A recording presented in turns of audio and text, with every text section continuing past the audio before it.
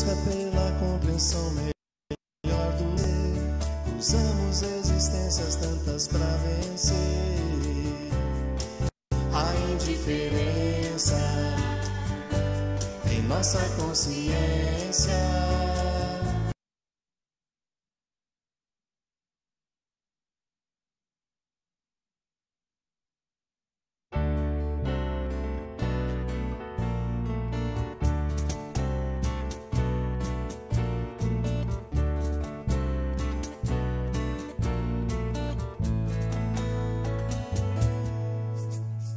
Busca pela compreensão melhor do ser, usamos existências tantas pra vencer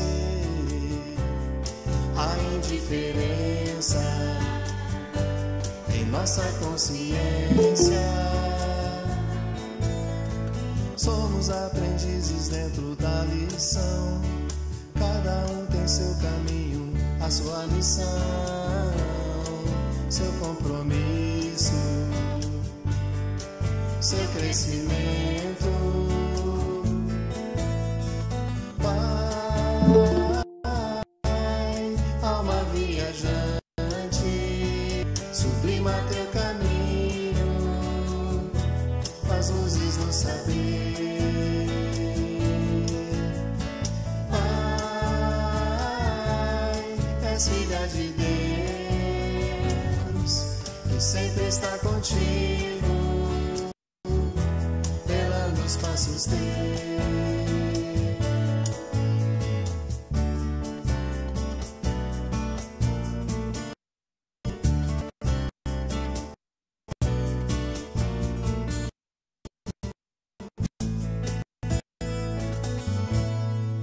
Pela compreensão melhor, usamos existências da ser a indiferença nossa consciência. Somos aprendizes dentro da lição, cada um tem seu caminho, a sua missão, seu compromisso, seu crescimento. Vai,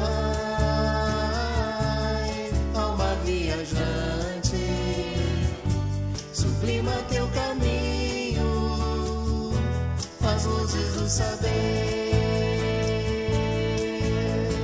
Vai, és filha de Deus, que sempre está contigo, pela luz passos teus.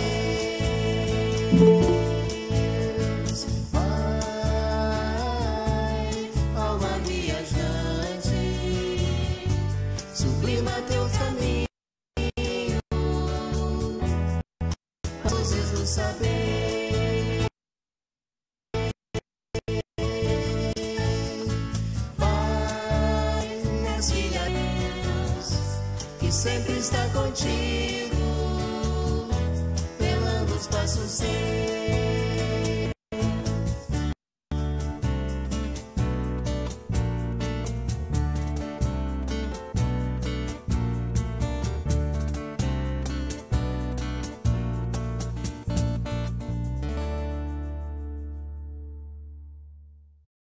Olá, sejam todos muito bem-vindos a mais uma live da série das personalidades do cristianismo e do espiritismo.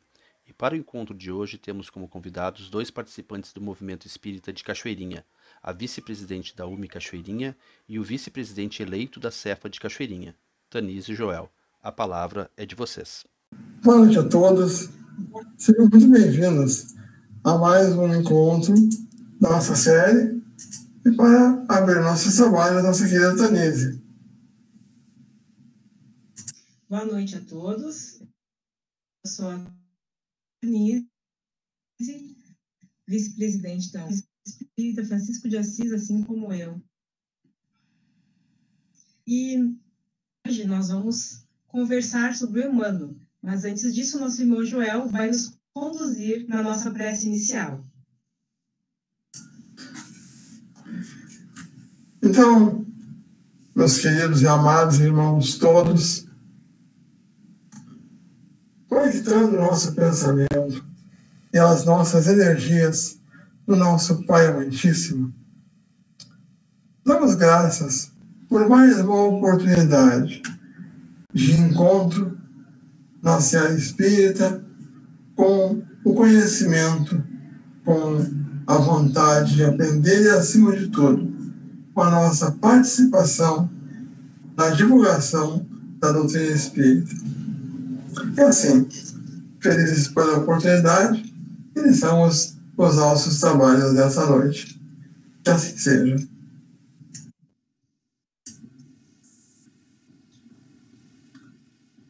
Tanise? Então, meus companheiros, hoje nós teremos a oportunidade abençoada de estudarmos sobre esse benfeitor que espalhou o Evangelho e ainda espalha com seus exemplos, com as suas palavras, a fim de nos dando os seus exemplos e mesmo mostrando as suas dificuldades, para que nos sirvam de inspiração e crescimento. Vamos conversar sobre Emmanuel. Emmanuel, conhecido por nós todos, nós acreditamos, né? Foi mentor espiritual do nosso Francisco Cândido Xavier. Ele se ocupava do cuidado com as obras psicografadas por Francisco Cândido Xavier, e nós acreditamos que também era responsável por toda a implantação, né, desse conhecimento, pelo fortalecimento do movimento espírita no nosso país, mostrando-nos, então, esses exemplos evangélicos. O primeiro contato de Chico com Emmanuel aconteceu lá no ano de 1931. Conta-se naquela época, Chico costumava ir até a represa que ficava na fazenda da senhora Carmen Pena Perácio. E lá se reunia um grupo e faziam preces habituais. Então, em determinado dia, Chico estava à sombra de uma árvore em prece, junto com os companheiros, e percebe a presença de uma cruz luminosa. E ali ele percebe o espírito de Emmanuel. No primeiro contato, o Chico descreve que era um homem idoso, bem diferente das imagens que nós conhecemos, que ele foi tomando a posteriori.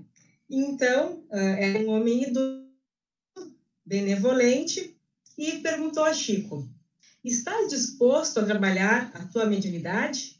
E o Chico responde: sim, se os bons espíritos não me abandonarem. A gente conhece a característica do Chico, sempre muito humilde, né? E aí ele pergunta, aí ele responde, né? Você não será desamparado, mas para isso é preciso que trabalhe e estude e se esforce no bem. Aí o Chico, sempre humilde: o senhor acha que eu tenho condições para aceitar esse compromisso?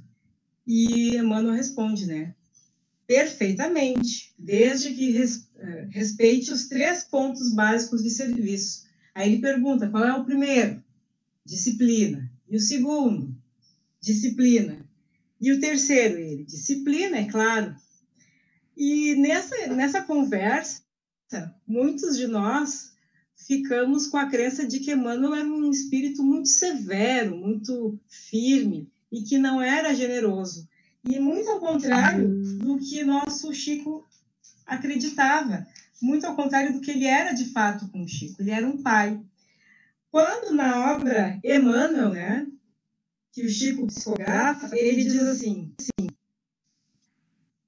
as minhas perguntas naturais, respondeu o bondoso guia, descansa. Quando te sentires mais fortes, pretendo colaborar igualmente na difusão da filosofia espiritualista. Tenho seguido sempre teus passos, e só hoje me vês, na tua existência de agora. Mas os nossos espíritos se encontram unidos pelos laços mais santos da vida, e o sentimento afetivo que me impele para o teu coração tem suas raízes na noite profunda dos séculos. Então, muitos estudiosos, né, acreditam que Emmanuel tenha sido o pai do Chico em várias reencarnações. Os laços afetivos dele realmente eram de pai e filho. O próprio Chico diz, né, em vários momentos, que foi Emmanuel que lhe deu o consolo, o carinho durante os momentos de maior provação e dificuldade. Sempre com as cobranças que nós percebemos naturais, ele fazia com que o Chico percebesse as suas dificuldades, as suas imperfeições ainda, de uma maneira bem objetiva, mas ao mesmo tempo ele era o carinho, ele era o consolo. Assim como até hoje, quando nós lemos a obra do nosso querido Emmanuel, né, nós temos essa sensação. Ele não nos dá só o colo, ele nos mostra o caminho seguro, como um pai mesmo, mas nos dá todo o consolo, ele nos dá toda a esperança. Então, nosso irmão Joel vai falar para nós um pouquinho sobre as reencarnações do nosso Emmanuel. Então, Emmanuel, Chico tinha uma relação tão próxima com Emmanuel que ele referia que Emmanuel era para ele um verdadeiro pai na vida espiritual. Tá? E ele dizia que ele sentia isso pelo carinho que o Emmanuel tinha com ele e pela tolerância também que Emmanuel tinha com as lições que Chico devia aprender, né? E que ele se considerava um eterno aprendiz.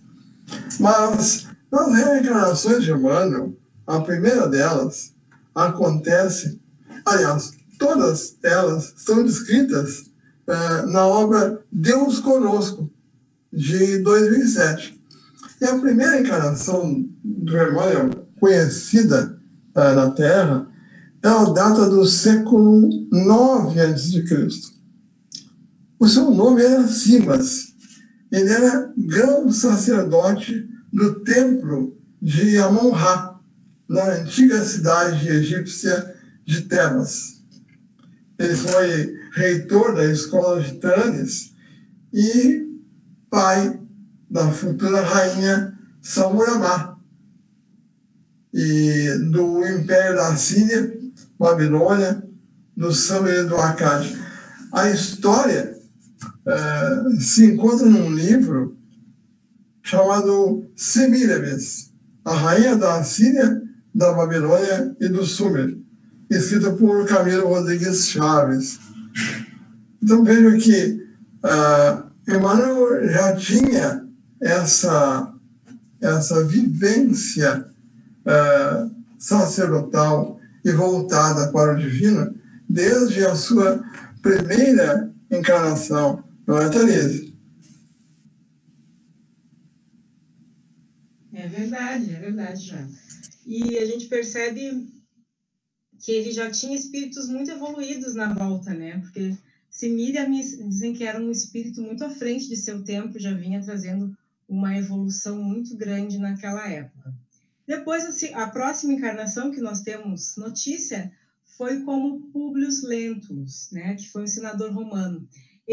Emmanuel foi 2 vezes Públio Lentulus. Ele foi uma vez Públio Lentulus Cornélius, que foi um senador romano que, além de prender os seus inimigos, ele fazia o possível para exterminá-los com a morte.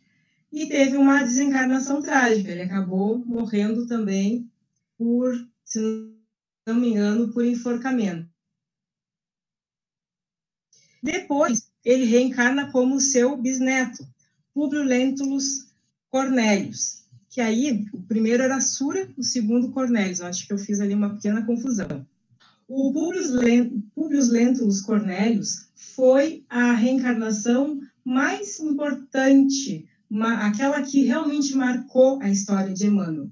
Foi quando ele teve um contato direto com Cristo. Públio Lentulus, ele era um homem importante, um senador romano, casado com Lívia e tinha uma filha chamada Flávia, muito doente. À época, os médicos não sabiam exatamente do que se tratava, mas todas as aparências de lepra. E quando, então, foi orientado por amigos para ir viver na Palestina, ali na Judéia, onde os ares seriam melhores e ela poderia se recuperar. E naquele período falava-se muito no Cristo, falava-se muito que havia um profeta diferente e que ele poderia, de alguma forma, cuidar dessa menina. Mas ele, num orgulho de classe muito grande, não aceitava.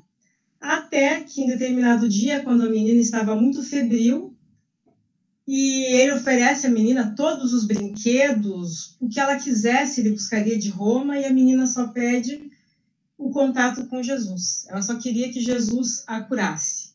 E ele, mesmo com todo orgulho, era pai.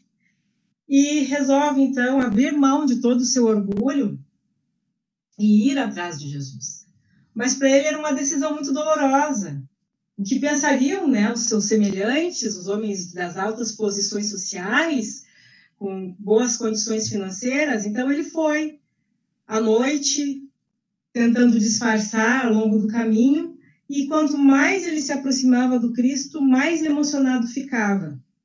Em determinado momento ele para e começa a se emocionar muito, e quando percebe Jesus, ele não conseguiu conversar com Jesus. Diante daquela presença, ele simplesmente emudeceu. E Jesus lhe fala, então, sobre as verdades eternas e questiona por que ele não veio procurar a luz do dia, porque ele estaria ali. A imaturidade, ele retorna para casa renegando Cristo. Cristo chegou a dizer: tua filha será curada pela grande fé da tua esposa. E ele, quando vai, retornando para casa, pensa que profetas haviam muitos, que a Judéia não parava de produzir profetas, e que em Roma também havia alguns, e que não significaria nada o contato com Cristo. E ele volta para casa e percebe a filha já em melhores condições. Mas o orgulho não deixava admitir. A esposa fica feliz e percebeu a presença de Jesus em algum momento. A criança relatava também, mas ele não quis aceitar. Então, aquilo ali foi um momento decisivo na vida dele. Dali em diante, como ele não escolheu o caminho de Jesus e do amor, a sua vida se torna um caminho muito doloroso, cheio de dificuldades, de frustrações que ele vem passar. Isso tudo vem relatado na obra há 2000 anos. Uma obra maravilhosa, extraordinária, para aqueles que apreciam a literatura espírita.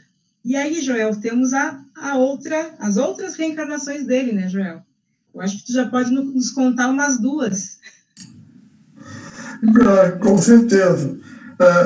Complementando só a tua fala, né? Lembrar que nessa encarnação, como Publio Lentulus Cornelius, ele desencarna aos 79 anos de idade, né, da nossa era, e ele desencarna vitimado pela cinza do vulcão Vesúvio, né? Ele já estava cego, inclusive, mas no fim da vida ele já tinha se voltado para os princípios de Jesus de novo, né? Isso é bem interessante. Já na quarta reencarnação dele, ele é um escravo chamado Nestório. Na obra, 50 anos depois, ele renasce em Éfeso no ano 131. Né?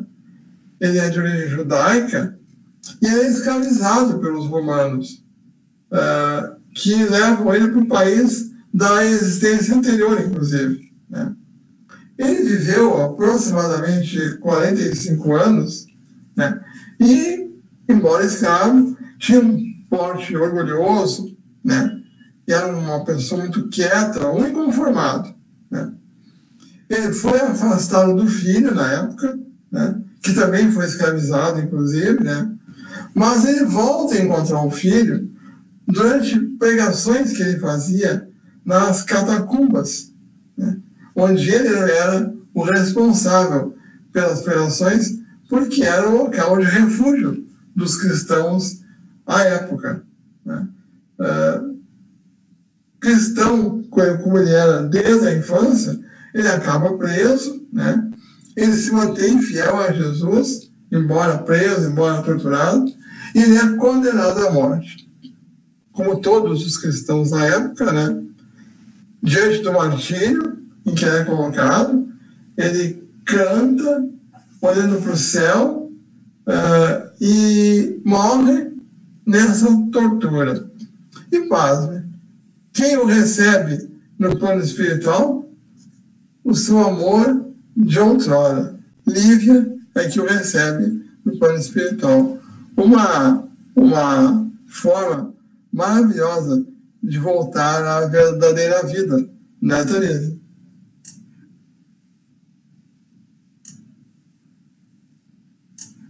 Sim, uma bela forma. E nós vemos os laços, né, de amor, como eles permanecem entre os espíritos.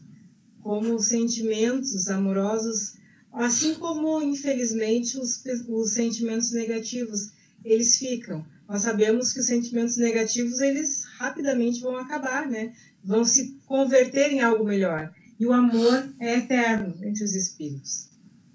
Aí depois, nós temos um outro registro conhecido, que Emmanuel reencarna como Basílio, filho de escravos gregos, mas que nasceu liberto, casa-se com uma escrava chamada Júlia e tem uma filha. E é uma existência bem complicada, ele logo perde a filha e a esposa, que desencarnam, e ele adota uma menina chamada Lívia. E contam, né, alguns dos biógrafos que esse espírito, essa menina chamada Lívia, foi o nosso Chico Xavier, que teria sido uma das reencarnações do Chico, assim como Flávia, né, que já vem algumas oportunidades como filha do nosso querido Emmanuel. E aí passamos, então, para a próxima, não é, Joel? Uhum. Inclusive, essa passagem dele como Basílio, né, está revelado no livro Ave Cristo, né, que foi psicografado pelo Chico Xavier. Né? Já a outra encarnação do Emmanuel, ele é São Remígio, ele é bispo de Reims. Ele nasce no ano 437 em Lyon. Agora, ele é de família nobre, uma família religiosa, e ele é considerado o maior orador sacro do reino. E a sua especialidade, então, já é a retórica. Aí já demonstra muito bem a sua afinidade com a doutrina, né? Ele também era considerado como o apóstolo dos pagãos lá nas Galhas. Ele era muito conhecido porque era uma pessoa de espírito muito puro, né? E tinha profundo amor a Deus e demonstrava isso de forma muito convincente e muito firme. Né? Ele desencarna em 573, já aos 96 anos de idade, né? Bem mais idoso até do que nas encarnações anteriores, né, Tanise? É verdade. E agora ele tem uma oportunidade crucial novamente. Ele reencarna como Padre Manuel da Nóbrega, né? O Padre Manuel da Nóbrega teve uma formação intelectual muito interessante. Ele estudou e chegou a ganhar vários títulos. Ele foi nascido entre Dom e Minho, Portugal, né, quando reinava Dom Manuel. Ingressou na Universidade de Salamanca aos 17 anos. Aos 21 anos, inscreveu-se na Faculdade de Cânones da Universidade de Coimbra. Então, ele tinha uma vasta bagagem intelectual. Alguns biógrafos dizem que ele tinha um problema da gagueira, o que não lhe permitiu a oportunidade de utilizar a oratória, como outras reencarnações, que ele ficou bem reconhecido pela oratória. E ele decide, então, vir ao Brasil como padre jesuíta, cuidar dos indígenas. Os biógrafos falam que ele tinha muito cuidado e zelo com os mais simples, que ele não autorizava jamais a escravidão indígena e que ele tinha, então, um zelo por esses povos. Conta-se que ele foi um dos responsáveis pela fundação da cidade de São Paulo. E esse vínculo com Paulo, o apóstolo, ele criou lá na época quando ele era Publius Lentulus. Ele, em algum momento, teve a oportunidade de ver Paulo falando. E, para ele, aqueles poucos minutos conversando com Paulo foram minutos que muito lhe marcaram. Então, nessa nova encarnação, ele tem a oportunidade de fundar a cidade. Alguns dizem que o próprio apóstolo Paulo deu essa inspiração para que fosse criada a cidade com seu nome, São Paulo. E também foi responsável pela criação da cidade de Salvador. Então, algumas das maiores cidades do nosso país. E mesmo já tendo sido martirizado, esse momento foi muito importante, porque foi um momento de renúncia, de entrega total ao Cristo. Foi um momento de muito empenho e cimento espiritual para essa alma. Não é, Joel? Com certeza.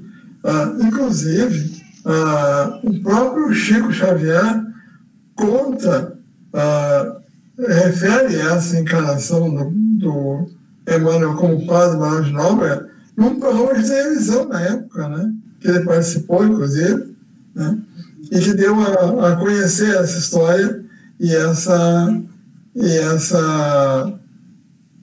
encarnação dele. E ele teve também, ele faz uma encarnação muito ligada à escola jesuíta também, de São Paulo, né? Que ele também ajudou a fundar e a tocar em frente, né? Também. Bom, depois, a gente tem uma outra encarnação do Emmanuel, onde ele volta de novo como um padre, agora o padre Damiano, em 1613, na Espanha. Tá? Ele nasce em Ávila e ele se cria lá também, e ele torna-se um pároco da igreja de São Vicente, lá em Ávila. Né? E hoje ele leva toda a vida dele dedicada exclusivamente à igreja e aos seus párocos. Né? Ele vai de novo agora morrer numa idade bem avançada, né? E no ministério de São Jacques do Passo Alto, no burgo de São Marcelo, em Paris, é que ele vai desencarnar, né? Tem alguns detalhes, inclusive, dessa encarnação, Tanise, que estão no livro Renúncia, né? Que também é uma psicografia do Chico Xavier, né? É verdade. E uma coisa interessante que já naquele livro Renúncia, como padre Damiano, ele já tinha o hábito de estudar o Evangelho aos versículos. Ele pegava os versículos do Evangelho e ele aprofundava o conhecimento, o que depois vem aparecer nas obras, né? Caminho, Verdade e Vida, Fonte Viva, Vinha de Luz. São obras onde são comentados pequenos versículos. E agora a gente tem essas obras maiores, né? O Evangelho por Emmanuel, essa nova coleção, que vem exatamente um apanhado de 1616 comentários de Emmanuel sobre versículos do Evangelho de Jesus. Então, um hábito que ele teve lá naquela época como padre Damiano, e que hoje, para nós, é uma fonte de estudo inesgotável, estudo, reflexão. Pessoas até de outras religiões estudam a leitura de Emmanuel, as abordagens do Emmanuel sobre o Evangelho segundo o Espiritismo. Queres comentar o próximo para nós, Joel? Sim. Agora chegamos já na 9ª encarnação do Emmanuel, e ele vem como o Jean-Jacques Tourville. Ele nasce já no século XVIII, na França. Agora, ele é um educador da nobreza francesa, né? E ele é um prelado católico romano, isso ainda antes da Revolução Francesa. E ele, nesse período, ele vai viver lá no norte da França. Durante a Revolução e aquela fúria de perseguição que aconteceu na França, ele vai para a Espanha, onde ele se refugia. Há algumas referências de que ele teria ido, inclusive, para a mesma cidade onde ele viveu na encarnação anterior, em Ávila, né? E lá ele vive até a sua morte. Mas ele foi um educador muito conceituado na época, principalmente porque a nobreza precisava de educadores desse quilate, né, Denise? E a gente fica pensando, né, Joel, na trajetória desse espírito. Uma época vem aqui, nas Américas, cuidar dos nossos indígenas, daqui a pouco ele vai para a Europa cuidar da nobreza. Então, dentro do amor de Deus não existem diferenças, né? Sempre nós precisamos do conhecimento de Jesus, isso é universal. Aí vamos para a última encarnação conhecida por nós, que foi uma encarnação muito simples aqui no Brasil, como o Padre Amaro. Ele era um sacerdote católico, viveu nos séculos XIX e XX, né? E lá no Pará. E nessa encarnação ele teve a oportunidade de ter contato com Bezerra de Menezes. Imagina a luminosidade desse contato, né? Espíritos de grande envergadura. E ele tem uma mensagem escrita chamada O Sacerdote que Fui, o Sacerdote Católico que Fui, onde ele conta essa experiência simples aqui no Brasil. Então, a gente observa na trajetória de um espírito dessa envergadura momentos de mudança de posição social, momentos de glória como senador, glória no mundo humano, mas na perspectiva divina não tanto, momentos de redenção espiritual, momentos de renúncia extrema. E é interessante para nós vermos como funciona a nossa caminhada, né, enquanto espíritos, como as coisas se movimentam, como elas não são estanques. O que é interessante, Thalys, inclusive nessa mensagem do Chico, né, sacerdote católico que fui, é que Emmanuel descreve, inclusive, detalhes do processo de desencarnação dele, né, dessa encarnação última dele, né? Ele traz detalhes e é muito esclarecedor. E há, inclusive, uma referência de uma frequentadora do grupo espírita da prece, a Sônia Barçante, né, que ela refere que no ano 2000 ela assistiu o Chico entrar num transe mediúnico e que, ao regressar, ele afirmou que havia ido em desdobramento para uma cidade no interior de São Paulo e que pôde presenciar o nascimento de um bebê. Segundo o Chico, esse bebê seria Emmanuel encarnado e que, no momento exato, todos iríamos reconhecê-lo. É uma referência que faz essa trabalhadora do grupo espírita da prece, referindo o Chico Xavier, né? Sim, nós sabemos que nesse período de transição, né, vários espíritos nobres retornarão ao nosso planeta para acelerar o processo de regeneração desse nosso planeta.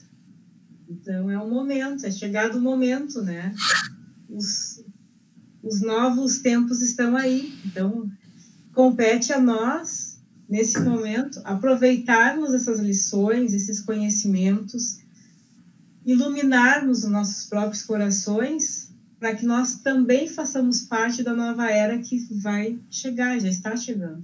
Espíritos luminares como ele, como outros, estão vindo, outros virão e farão essa transformação do nosso planeta, essa transformação que nós esperamos há tanto tempo.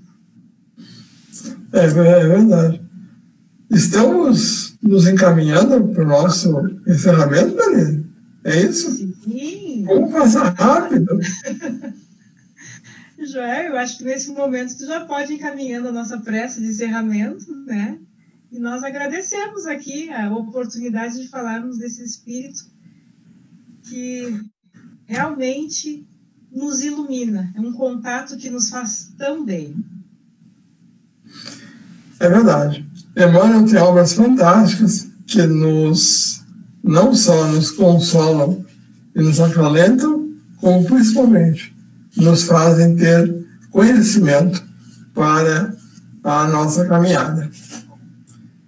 Então, queridos todos, vamos elevar o nosso pensamento ao nosso Pai, que é todo amor, bondade, e agradecemos por mais uma vez podermos trabalhar na sua seara. Que o nosso coração, feliz pelo aprendizado, feliz pela tarefa, possa iluminar também todos aqueles que de alguma forma cruzarem nosso caminho, buscando a perfeição e buscando um caminho para o Pai Maior. E assim, felizes pela oportunidade mais uma vez, encerramos os trabalhos da noite de hoje. Que assim seja.